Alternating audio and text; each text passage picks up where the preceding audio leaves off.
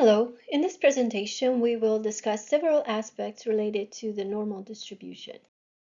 Specifically, we will define and describe density curves and talk about the normal distribution or the bell-shaped curve.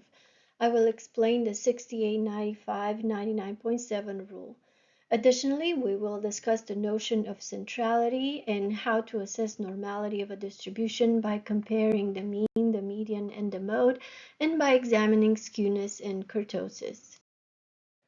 When describing the distribution of a variable, we should always start by creating a graphical representation because graphs help us identify the overall pattern or the distribution.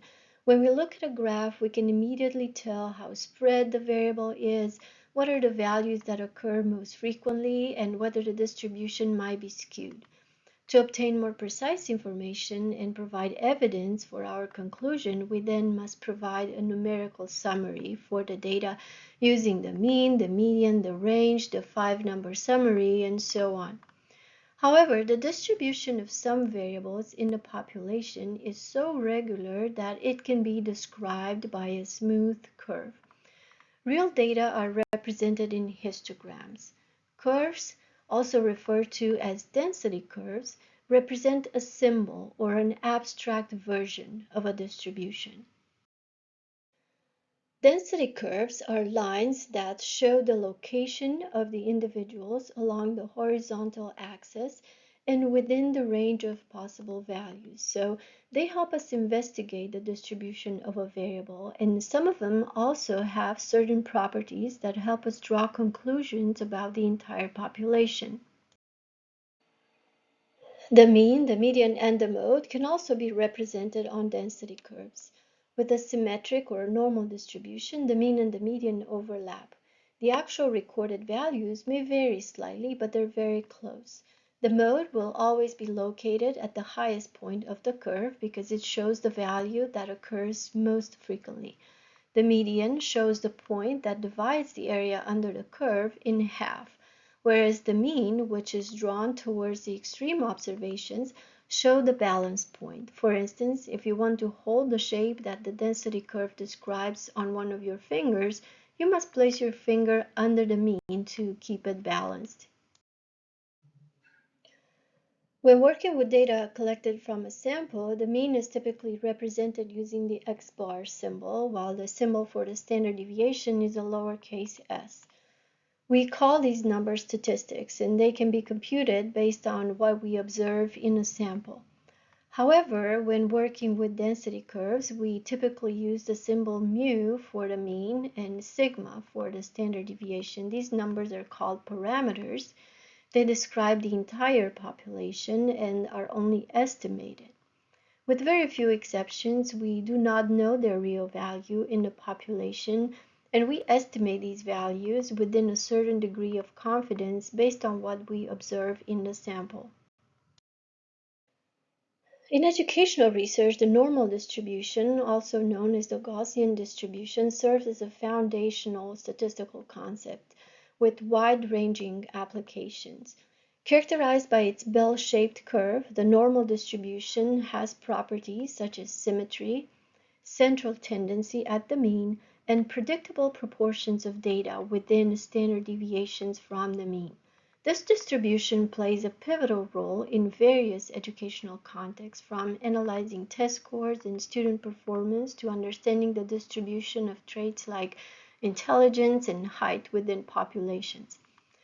Furthermore, the normal distribution serves as the basis for many statistical techniques and hypothesis testing procedures commonly employed in educational research. Researchers rely on its properties to make inferences, evaluate interventions, and gain insights into the diverse characteristics and behaviors of student populations. Understanding the normal distribution provides a robust framework for interpreting data and informing educational practices aiming at enhancing student learning outcomes. As I mentioned earlier, all normal curves have symmetry. However, we must remember that not all symmetrical distributions are normal distributions. The normal distribution is also bell-shaped. Normal distributions are typically described by reporting the mean, which shows where the center is located, and the standard deviation, which shows the spread of the curve or the distance from the mean. When the standard deviation is large, the curve is wider, like the example on the left. When the standard deviation is small, the curve is narrower. For instance, the histogram in this image represents the distribution of real IQ scores as measured by the Stanford-Binet Intelligence Scale. The blue bars represent the number of individuals who recorded IQ scores at a certain level. In this histogram, each bar represents an interval of 5 points. For instance, we can see that one individual had an IQ score between 55 and 60. Approximately 70 people had IQ scores between 80 and 85, and the largest bar is the one for scores between 90 and 95, which includes approximately 141 or 142 individuals. I'm giving you these examples just to help you understand how the data are represented, but histograms are not meant to be read in so much detail. They're not like bar graphs. The purpose of a histogram is to illustrate the general distribution of the data. That's why the variable is divided into intervals. If you would like more detailed information, you must look at the summary statistics. This variable has a mean of 100 and a standard deviation of 15. The curve that we draw over the histogram is the normal density curve and summarizes the distribution of the recorded scores. The entire area under the curve represents all the individuals in the sample. If we shade only a part of the area, we are looking at the proportion of individuals who scored below a certain point. For instance, in our example, the area under the curve represents all the individuals in the sample. In this case, they add up to 1,015. This number represents 100% of the sample. The shaded area represents the individuals who had an IQ score below 90. This group consists of 256 individuals. It is, of course, very simple to find out what percentage this number represents out of the total number simply by dividing 256 by 1015 and then multiplying the result by 100. In our case, we obtain a percentage of 25.22. In a similar way, the normal curve is used to find proportions, but not from the sample, but from the entire population. We often don't know what these values are with the entire population, but if we know that our variable has a normal distribution, we can find out the proportion using only the population mean and standard deviation for that variable. However, statisticians, just to make things a little bit more complicated, do not use percentages for these proportions. They use numbers in decimal form. Their meaning is the same, just the form of the numbers is different. Therefore, instead of saying that the entire area under the curve represents 100% of the sample, statisticians say that the area under the curve is equal to 1. In this case, the shaded area will be a number smaller than 1. If we use the properties of the normal curve to find out how large the shaded area in our example is, we obtain the number 0.2546. Notice that this number is almost the same as the percentage we obtained earlier, but it is represented using decimals. The numbers are not identical because the normal curve is an approximation of reality, so it may differ somewhat from the numbers represented by the histogram bars, but not by much. Normal curves help us calculate proportions of individuals who are located within certain intervals. With normal curves, some intervals are already calculated. This is what we call the 68, 95, 99.7 rule. So if we look at the population mean and the standard deviation for that particular variable, we can quickly tell where the majority of individuals are located. Obviously, most individuals are located in the highest area of the curve, which means around the mean. So if we go up one standard deviation from the mean, This interval includes 34.1% of the population. Similarly, if we go down one standard deviation from the mean, the interval includes the same percentage, 34.1. Together, these two intervals represent approximately 68% of the population. So the majority of the sample is located within one standard deviation above and below the mean. As we go further away from the mean, the proportions decrease. The next standard deviation intervals include 13.6% of the population. If we add these to 68%, we obtain a percentage of approximately 95. Therefore, we can say that 95% of the population is located within two standard deviations above or below the mean. The third standard deviation from the mean includes only 2.1% of the population. So if we add these two intervals to 95%, we obtain 99.7. Therefore, 99.7% are located within three standard deviations from the mean.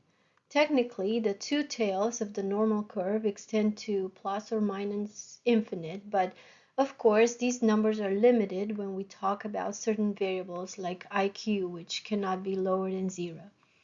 And the proportion of individuals who are located in the fourth standard deviation above or below the mean is very, very small, only 0.3%. This example illustrates how to apply the 68, 95, 99.7 rule to the distribution of IQ scores. The population mean is 100 and the standard deviation in this example is 15. Based on the 68, 95, 99.7 rule, we can say that approximately 64% of the individuals in the population have an IQ between 85 and 115. Values in this interval are the most frequent. 95% of the population have IQ scores between 70 and 130, and 99.7% have IQ scores between 55 and 145, and only approximately 0.3% of the population has IQ scores outside of this interval. As you noticed earlier, the population distribution of IQ scores has symmetry. The majority of people are located around the average of 100, and the frequency of individuals decreases more and more as IQ scores depart from the average. The curves that you see here are abstractions. Real data are represented using histograms. Curves are simply abstractions or a symbolic way to show the distribution of the data.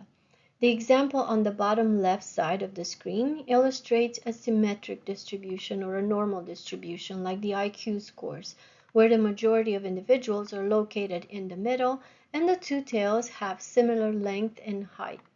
The second curve is a negatively skewed distribution or a left skewed distribution. Here, the majority of individuals are located towards the higher end of the scale, and there are only a few individuals towards the lower end of the range. For instance, this could be a representation of graduate students' GPA in the field of education. The majority of graduate students in education have high GPAs and only a few have lower GPAs.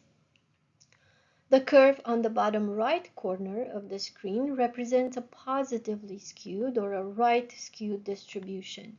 Here, most individuals have lower values on this variable, and only a few have higher scores. An example of this type of distribution is the distribution of income in the population. Most people make under 40,000 a year, but some make quite a bit more, with a small number making millions of dollars per year. In a perfectly symmetrical distribution, the mean, the median, and the mode are equal, and the distribution has zero skewness. However, when a distribution is skewed, the mean, the median, and the mode have different values. In a positively skewed distribution, the mean is typically greater than the median and the mode. In a negatively skewed distribution, the mean is typically less than the median and the mode. The skewness coefficient is a measure of the asymmetry of a distribution. The skewness coefficient of a sample can be calculated manually by plugging in the numbers of individuals in the sample, the mean of the sample, and its standard deviation in the formula for sample skewness, which is represented on this slide. This formula is slightly different than the formula for population skewness. We are focusing now on the calculation of sample skewness because it's the one that is most often used in practice. If skewness coefficients are close to zero, then distributions are symmetrical. When the skewness coefficient is negative, the distribution is left skewed. If the skewness coefficient is positive, then the distribution is right skewed. Typically, skewness coefficients exceeding 2 or -2 are considered significant. Kurtosis is another aspect of symmetrical density curves which describes the shape of a distribution's tails in relation to its overall shape, particularly focusing on the tailedness or propensity for extreme values. It helps to understand whether the data points are concentrated around the mean or if there are extreme values or outliers. The concept of kurtosis is essential in various fields, including educational research, where it aids in assessing the distribution of test scores, response times, and other variables. A distribution with a kurtosis that is close to zero indicates a normal distribution, and it's also called a mesokurtic distribution. A leptokurtic distribution is a distribution where kurtosis have positive values and the tails are heavier and the peak is sharper compared to the normal distribution. This indicates that extreme values are more frequent. A platykurtic distribution is a distribution where kurtosis coefficients have negative values. These type of distributions have lighter tails and a flatter peak compared to the normal distribution, indicating fewer extreme values. The sample kurtosis coefficient helps us understand whether data points are concentrated around the mean or if there are extreme values or outliers. The concept of kurtosis, like I said earlier, it's essential in various fields, including in educational research. Kurtosis coefficients can be calculated manually using the number of observations, the mean, and the standard deviation. In practice, though, we rarely calculate skewness and kurtosis coefficients by hand. They can easily be obtained using statistical software. However, understanding the calculation process is important because it helps us correctly interpret the meaning of these coefficients. Positive kurtosis coefficients indicate a leptokurtic distribution or a higher peak than the normal distribution, whereas negative kurtosis coefficients indicate platykurtic distributions or a flatter curve than the normal distribution. A coefficient that is close to zero indicates that the shape of the peak and the tails are close to the normal distribution. In practice, kurtosis coefficients are almost never exactly equal to zero. There will be some deviations in one direction or another, but generally only kurtosis coefficients exceeding the value of 3 or -3 are considered significant departures from normality. In this presentation, we discussed a little bit more about distributions. We defined density curves and talked about the normal distribution or the bell-shaped curve. We explained the 68, 95, 99.7 rule and discussed the notion of centrality of a distribution by comparing the mean, the median, and the mode, and examining skewness and kurtosis. I hope that the explanations and the examples provided were helpful.